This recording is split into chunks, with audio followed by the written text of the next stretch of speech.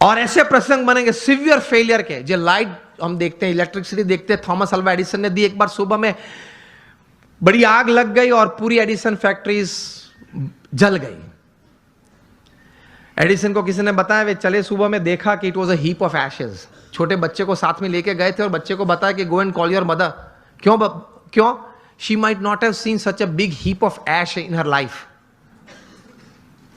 कितने स्थिर थे। और एडिसन की पत्नी जब आई, तब वो पत्नी तो एकदम जमीन पे गिर पड़ी कि हमारी फैक्ट्री की पूरी जल गई है फैक्ट्री। एडिसन ने अपनी पत्नी का हाथ पकड़ा और उसको स्टेबल किया, और एडिसन बोले ऊपर देख के, thank God all my mistakes have burned up, I am coming back at 10, I will start again. और ये इलेक्ट्रिसिटी और ये लाइट हमको दी। उन्होंने बोला कि भगवान आपका आभार, मेरी सब गलतियां जल गई। वो गलतियां नहीं थी, जब तक वे अस्तित्व में थी तब तक वे रिकॉर्ड्स थे, डेटा था। You got my point?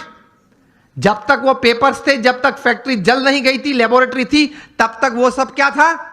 Records और डेटा था। एक बार जल गई, यहां अभिगम बदल दिया, गलतियां थी, जल गई, I will start afresh. He did it and he give this. ये कहां से इतना बल आता है इस परिस्थिति में? प्रमुख स्वामी महाराज का संकल्प था कि लंदन में एक भव्य शिखरबद्ध मंदिर करना है। हैरो वहां एक एरिया है, वहां हमने जमीन भी ली, लेकिन नेबरहुड में सबने ये प्रश्न उठाया कि ये लोग 12 बजे तक घंट बजाएंगे, आरती करेंगे, तो हमारी प्राइवेसी डिस्टर्ब हो जाएगी। अब ऐसा तो करते नहीं हम, लेकिन वहां एक सिग्नेचर कैंपेन होता है, वो भी एक part of the legal process है।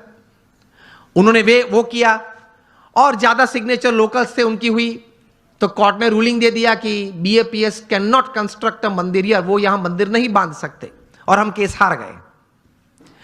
प्रमुख स्वामी महाराज बड़ौदा में थे, और बोर्ड ऑफ ट्रस्टीज ने फोन किया वहां लंदन से कि स्वामी जी हम केस हार गए।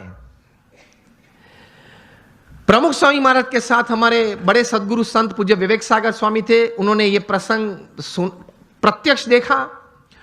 प्रमुख स्वामी महाराज के चेहरे पे एक व्रिंकल भी नहीं फरी। प्रथम वाक्य वे बोले, जैसी भगवान की इच्छा। दूसरा वाक्य वे बोले कि हमने तो अपना पुरुषार्थ सही भावना से किया था, अब परिणाम जो भगवान की इच्छा है वो हम स्वीकार लेंगे। और तीसरा वाक्य बोले कि हमने तैर किया था, वो मंदिर तो करना है, और कोई जगह ढूंढना चालू कर दो, मंदिर तो जरूर बनाएंगे। और बनाया, और रीडर्स डाइजेस्ट ने 95 में जब प्रतिष्ठा हुई तब लिखा, it is the 8th wonder of the world. शायद आप लोगों ने किसी ने वो मंदिर देखा होगा निस्दन में, it is the 8th wonder of the world. तो ऐसे महापुरुषों के जीवन में से ये बात सफलता के लिए सीखनी है। जब सेटबैक आए जीवन में, कोई फेलियर आए, कोई ऐसी परिस्थिति खड़ी हो जाए, तब ये इंट्रोस्पेक्शन करना कि मैंने अपनी बुद्धि के अनुसार पूरा पुरुषार्थ किया था, हां, तो अब भगवान की इच्छा, जो परिणाम आए वो मुझे स्वीकार है, लेकिन अब जो परिस्थिति है उससे बाहर निकलना है, और जो तैर किया वो करना तो है ही।